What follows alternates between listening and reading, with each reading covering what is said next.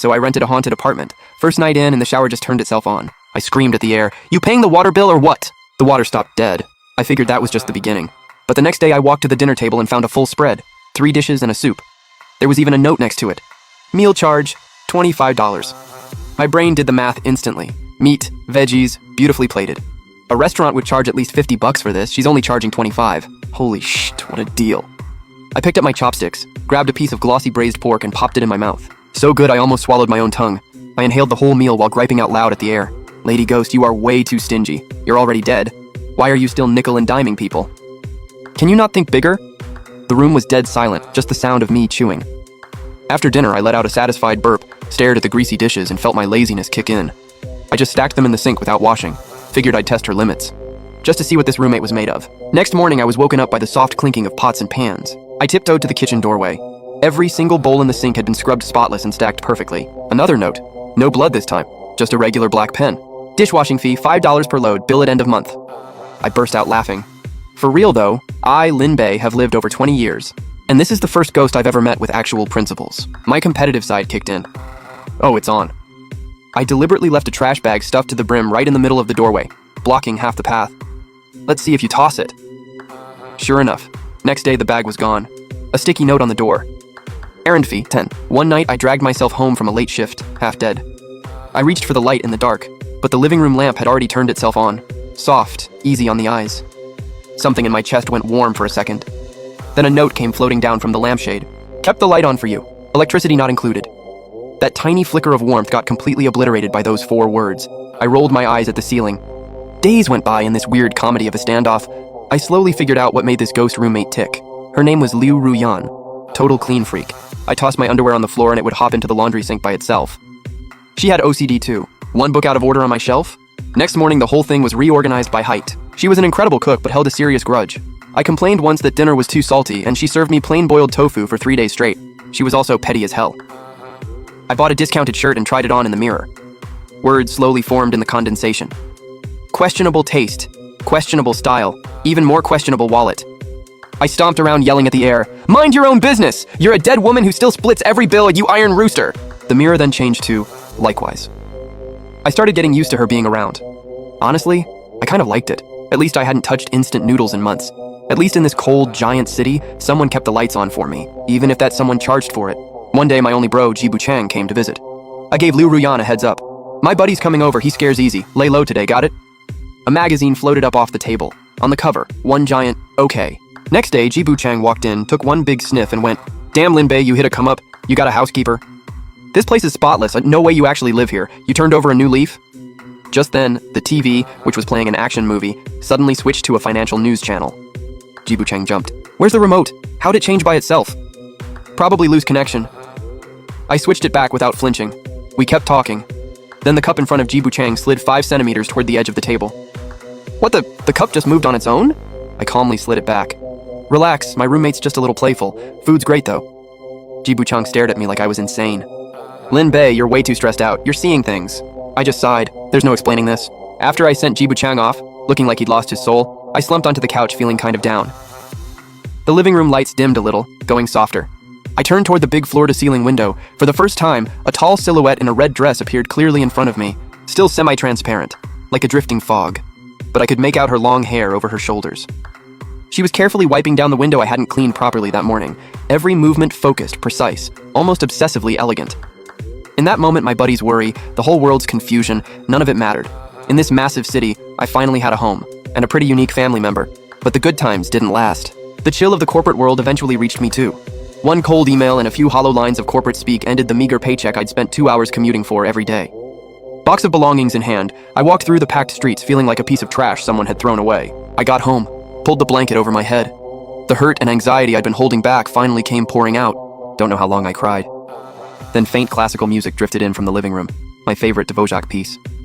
I'd once casually mentioned while eating, just talking to the air, that this song was beautiful, that it made you feel like you could get through even the hardest days. I sniffled, dragged myself out of bed. On the dining table, a plate of piping hot cola chicken wings, a note resting quietly next to it. Just 2 words. On the house. My eyes watered. Not from the pain, from being genuinely touched. For the first time, I looked at the air and said sincerely, "Thank you, Liu Ruyan." A soft sigh seemed to ripple through the air. After eating, I opened my laptop and started firing off applications, but every single one went unanswered. The occasional interview would come through only to end in rejection. Watching my bank balance drop a little more every day, anxiety gnawed at my nerves. I started losing sleep night after night. Then finally, I got an interview from a company I'd been dreaming about. I dug out the only dress shirt I owned. Interview day, I was up early, too nervous. At the coffee shop downstairs, my hand slipped and an entire scalding Americano poured straight onto my shirt. I felt the world collapse. I scrambled home, wanted to die. 1 hour till the interview. No time to buy a new one. Was I really about to give up? That's when I heard the faint hum of the washing machine starting up in the bathroom. I froze. I ran over. The coffee-stained shirt was already tumbling inside. 20 minutes later, the wash cycle stopped. The dryer kicked on. Another 20 minutes passed. A clean, warm shirt, smelling faintly of something fresh, was hanging on my bedroom door on an invisible hanger. I stared at it like I was dreaming. I threw it on and bolted out the door. Morning rush hour. I watched the seconds tick by, sweating through my shirt. Just as I was about to give up and run for the bus, the subway gate in front of me suddenly beeped. Green light. The barrier swung open on its own. No time to think. I sprinted through, made it to the platform. The doors on my train were sliding shut. My heart dropped. But just as they were about to close all the way, something seemed to jam in the gap. A sharp alarm blared. The doors bounced back open. I threw myself onto the train. On the train, I gulped air, heart pounding out of my chest. This was all way too convenient. Like someone was clearing the path for me. I made it to the company 5 minutes before the interview started. Sitting in that conference room waiting, every second was torture. After what felt like forever, it was my turn. I took a deep breath and walked in. The interviewers sat in a row, stone-faced. My palms were soaked. Everything I'd rehearsed hit a wall the second I opened my mouth. Total blank.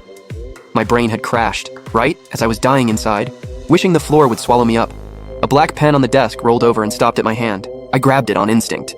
The cold surface snapped me back. I looked down. 2 tiny words carved into the pen with a blade. Hold steady. My whole body just settled. Those 2 words hit like a shot of adrenaline straight to the chest. Good afternoon, everyone. My name is Lin Bei. That interview, best I'd ever done. A week later, I got the offer. Day 1 at the new job, I went straight to the grocery store, grabbed a nice bottle of wine and a bunch of fresh ingredients. Cooked a whole table of food at home, poured 2 glasses of wine, raised one. Liu Ruyan, this one's for you, thank you. My MVP. The other glass gave a small, quiet tremble. A clear, soft clink rang out, like a response. I was smiling, but my eyes were wet. I wasn't alone. I had an invisible guardian.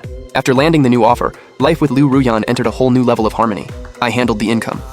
She kept the place running like clockwork, and used her whole accounting logic to monitor my spending and plan my finances. I honestly started to enjoy it. Hot meals every night after work. A CFO helping with my budget every payday. Every time I hit a work problem, relevant books and notes would quietly appear on my desk. She was like a silent mentor, a one-woman support system. The most familiar stranger I'd ever known, but I knew nothing about her past. The more in sync we got, the more the curiosity ate at me. How did Liu Ruyan actually die? The vague online article said accidental carbon monoxide poisoning, but something about that never sat right with me. How did you really die? The lights flickered. She seemed to be trying to say something, but something was blocking her, trapping the message before it could get through. The more agitated she got, the more suspicious I became. I decided to start with the apartment itself. I tracked down the real estate agent who originally rented me the place, a guy named Muyulu. I asked him to meet at a nearby restaurant, pretended I had questions about renewing the lease. He showed up all warm smiles as usual. Mr. Lin, settling in all right? Great location, great layout. Just had a little incident before, most people can't handle it. But look at you, you're glowing. Knew you'd be fine. It's good, yeah. I'm just curious. What actually happened in that apartment? I looked it up online and only found one super vague article about the owner dying unexpectedly. That's all in the past. An accident. Don't overthink it, young man. Just enjoy living there. The feng shui is actually great. Look, you got a better job not long after moving in. Your luck's turning around. He smoothly changed the subject. Everything he said was steering me away from asking more. His cheerfulness felt off, weirdly out of place. A normal agent would only care about rent and contracts. So why was he so invested in my mental state? And why did he keep trying to stop me from digging into this apartment's past? We said goodbye after some pleasantries, but that meeting didn't ease my suspicions at all. It pushed my guard to an all-time high. That night I had a dream that scared me. I was standing in a thick white fog, couldn't see a thing. Then I heard a familiar yet strange voice in the middle of a heated argument. It was Liu Ru. I was cheap, so I rented a